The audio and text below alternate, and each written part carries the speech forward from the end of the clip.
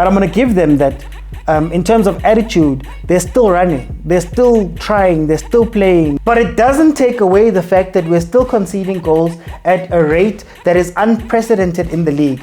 Chiefs has all of the effort, but they've got no one who can just focus that attack down. From keeper to the back four to even midfield, there's nobody who talks there. They've now jumped the Chiefs. Better coaches on paper? No. Better players on paper? No. But they've made a plan. Welcome everybody to The Good and the Bad. My name is George Mokwena. I am your host, and this show is a place where we look at one of the matches that happened over the weekend, and I tell you some of the bad things that they did, but more importantly, some of the good things that came out of that game. Today we're going to be looking at Kaizer Chiefs versus Golden Arrows, a game that was won by Golden Arrows 1-0. Let's get into it. Number 5. Very messy game.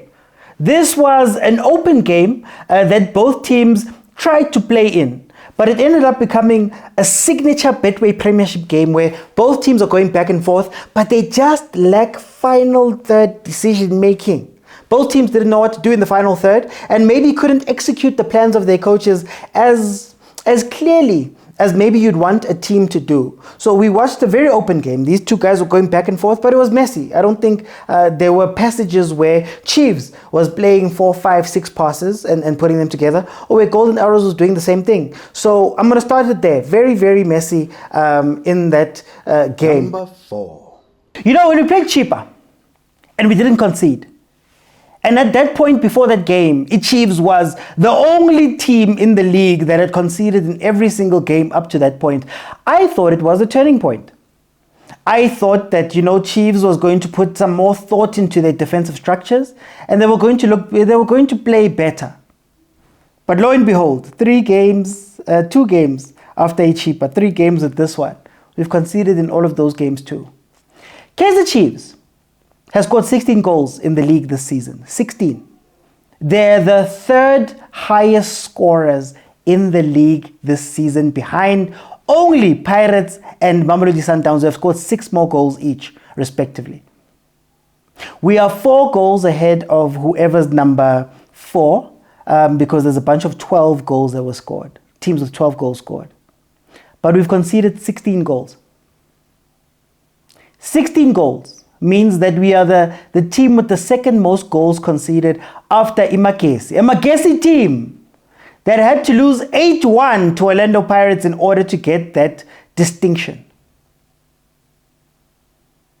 That is the difference here. I see the forward play, I see the midfield play, but our defense is shambles.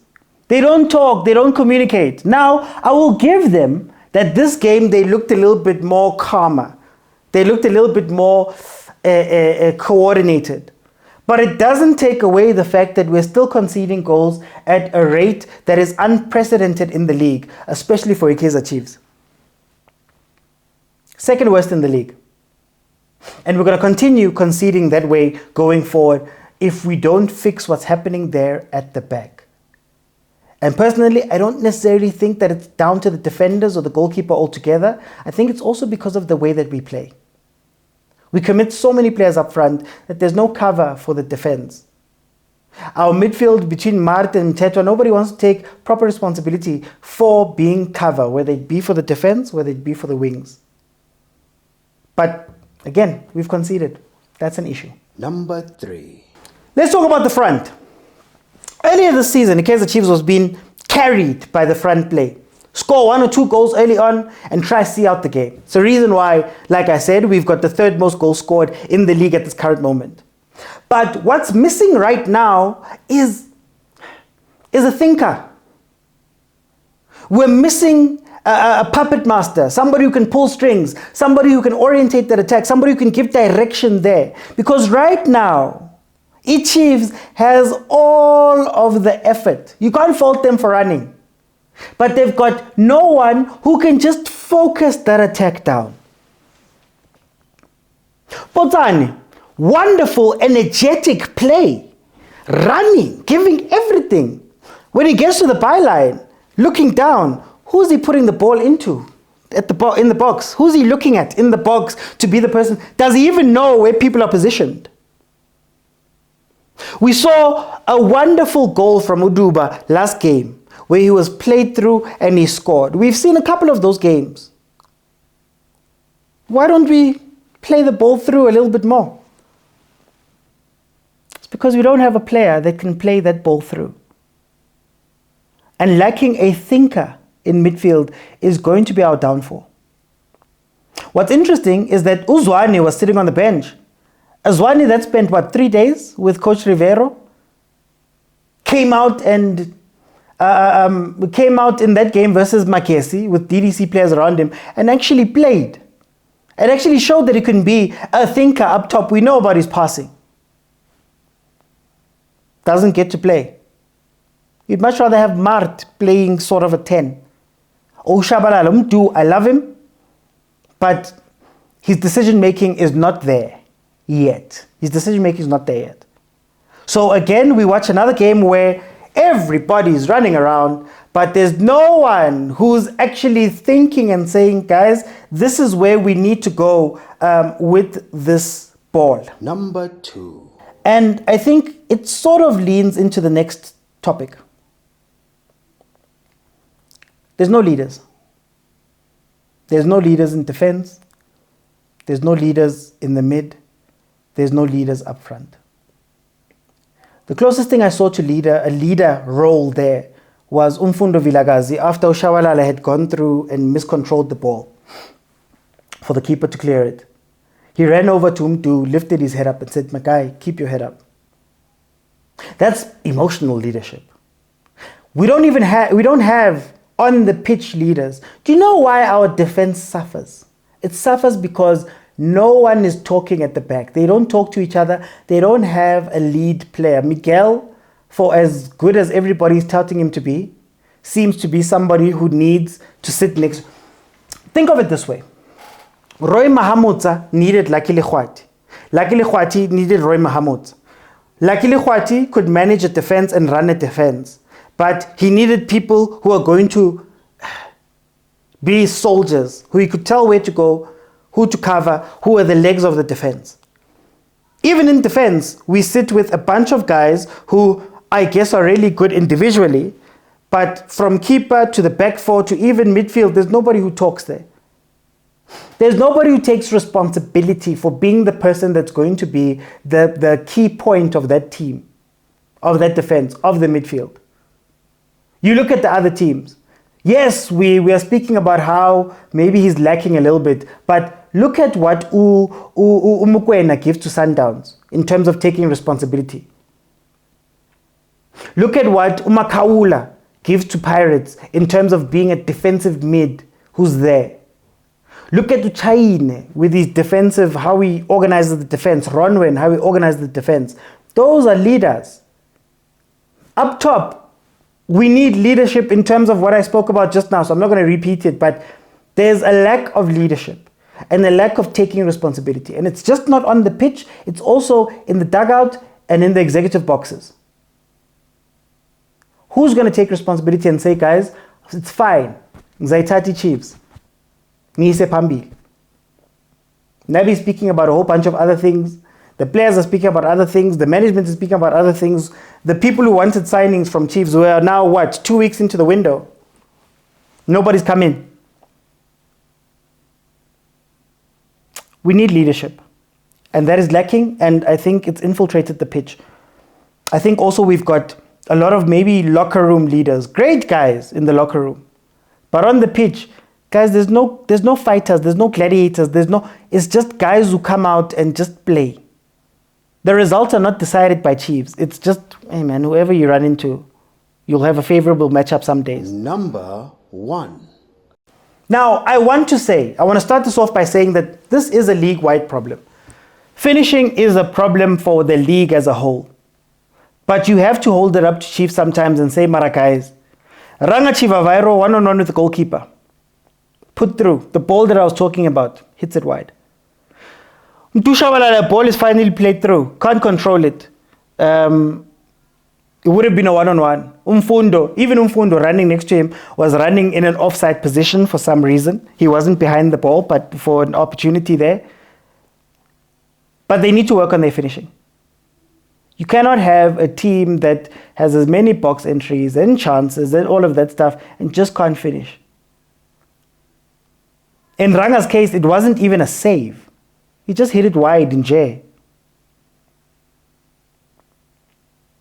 I don't know if the finishing is going to come from a transfer. I don't know what's going to happen, but we need to finish. And the sad part is that these same players were doing something right earlier in the season. Again, third most goals scored in the league. So something has to be fixed there.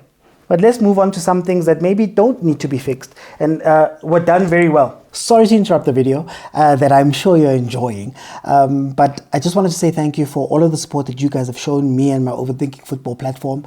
I'm a one-man band that's doing all of this, and I really do enjoy the comments about how, you know, Supersport needs to come fetch me and SABC and all of that stuff.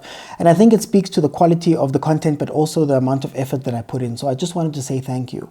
But the truth is that Abo Supersport and all of those guys, yes, we're competing with them, but it's a completely different place.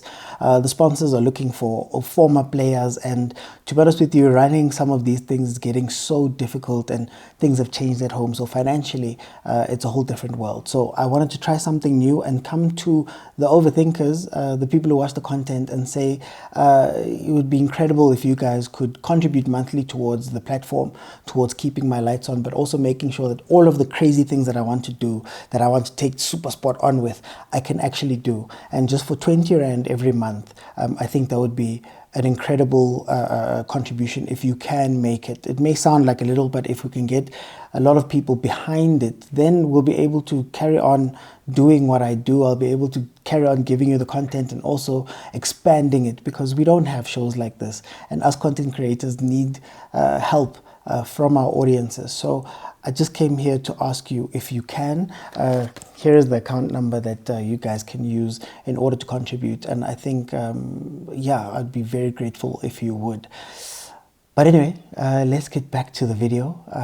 And don't forget to like, share, and subscribe. Number 5.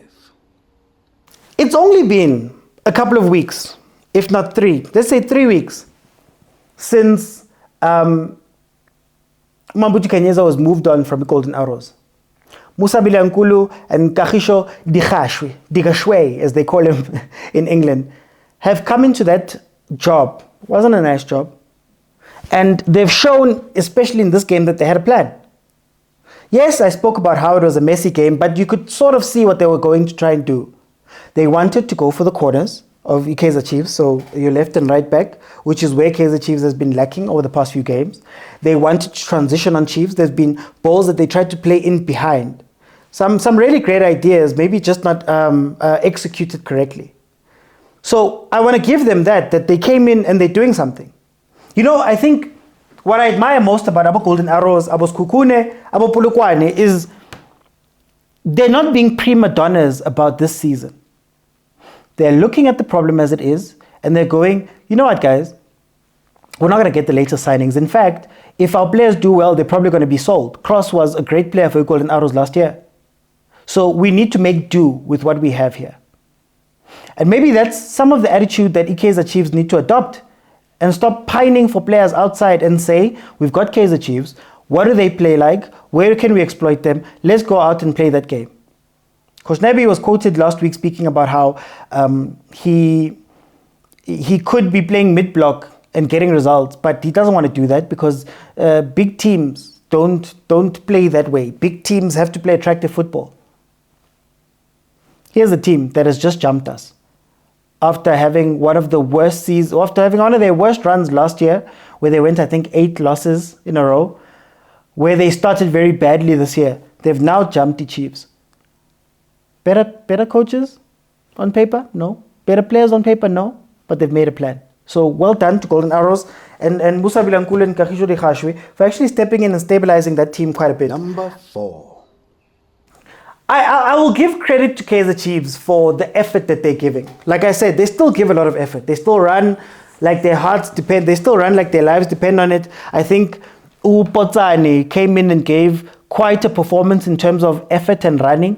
I think Umdu, you can never not doubt him for what he gives. Cross gave quite a lot of effort. The only problem still remains that you need to direct the effort somewhere. But I'm going to give them that in terms of attitude, they're still running, they're still trying, they're still playing, they're still, entering the box, they're still doing all of those things. They just need somebody who can sharpen that and point it in the right direction, both off and on the pitch. Number 3. Cross played well. Bradley Cross played well. Last week, Bradley Cross, taking him off of the pitch, he was crying 30 minutes in. The pressure that was on the left-hand side. I still believe that it's the setup, but anyway. It takes something from a player to come back and give a performance. I think he was one of our best players on that pitch. And for him to bounce back that way, well done to Cross. Now, I'm going to be honest with you guys. Cross was one of the players that I spoke about last year wanting him at Kaizer Chiefs for the left-back role that he played at Golden Arrows, the way he was playing that role. But it hasn't been all good since he's arrived at Kaizer Chiefs.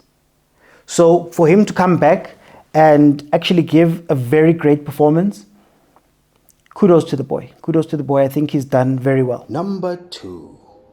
Like I said earlier, the defense looked a little bit better this time. Funny because we didn't have Dortley available. So I don't know if maybe he's the issue, but I think Udi Tlokwe and Cross and Blom, Miguel did relatively well this game. I don't think they were as porous. I don't think they were as glaring of mistakes that they made. Yes, Arrows put us under some pressure at some point, but I think, it looked better. Now, looking better does not mean that the record of conceding has not gone away. They need to improve immensely, and we can't have bubble goals all the time be what takes us out. They need to do better in terms of their defending when things are broken down, their positioning, their discipline, their awareness. But I will give them this. This game, they didn't look as bad as, let's say, Stellenbosch. The first half of Stellenbosch, or the games that have come before that. So kudos to the defense there. Number 1. Golden Arrows, for those who don't know, outside of Chiefs, Pirates, Sundowns, and Supersport, Golden Arrows has the fifth most games in the PSL. They're a team that has been in the PSL consistently from around 1998, if I'm not mistaken, and they've been here the whole time. It's a team that, you look at and you ask questions about why they haven't progressed the way that they needed to progress up to this point. With all those years in the bag. Them, Golden Arrows getting back into the top 5 is a very good sign. Golden Arrows last year was one of the teams that was, I think they were number 2 for a very long time before Coach Kanu left. And then they had some wobbles here and there. But Golden Arrows needs to typify one of the other teams that are ahead of them, Abo Skukune, Abo Stellenbosch, Abo Polokwane, and get stronger. It's great they're being led by Abu Musa Bilankulu, Abu Kahisho Dikhashwi. And it's great that in the league right now, outside of the very top, those teams that are doing well are being led by local coaches. Siema, Puti Mohafe, Steve Barker, and now Musa Bilankulu and Kahisho Dikhashwi. It's great for our football that those coaches are the ones that are coming up. What's also great is that they stood in a game, in a dugout, next to Abu Nasruddin Nabi, who have been called all types of genius and big coaches and have big CVs, and they're winning games. It's great that they're showing hunger, that you're not just lingering around number 9 and 10. Now, it could change in the season. We know it's up and down. But I want to give props to them. I want to give props to the planning. You could tell that The players were taken through their paces. Didn't execute it well, but you could see what they were trying to do and build and play. Which is also incredible, the fact that they've only been properly in these jobs for 3 weeks. I know that they've been around with Ubambuti Kanyeza. I know that Kagiso Dikashwe had joined earlier this season. But I think overall it's a net positive when Libo Golden Arrows are pushing up the log, are providing pressure. Stellenbosch is under pressure now. I know they're playing Africa and all of that, but they're under pressure to repeat. Our Polokwane, they're chasing. About Chiefs Lava that we keep pointing at and saying that, no, guys, they need to do well, what. And South African football is better when Chiefs is what. Baba overtake. The only thing that I wish could happen is that we could keep up this momentum, that Abo Arrows and Abo Polokwane don't fade away, and that their managements can take them seriously and bolster the squads and not sell their best players, so that we could have a truly competitive Betway Prem, even if it's from position 8 upwards, the top 8. That's a very good thing. Well, top 8 to top 3, 3 to 8. But anyway, guys, thank you so much for joining me. I'll see you guys on the next one.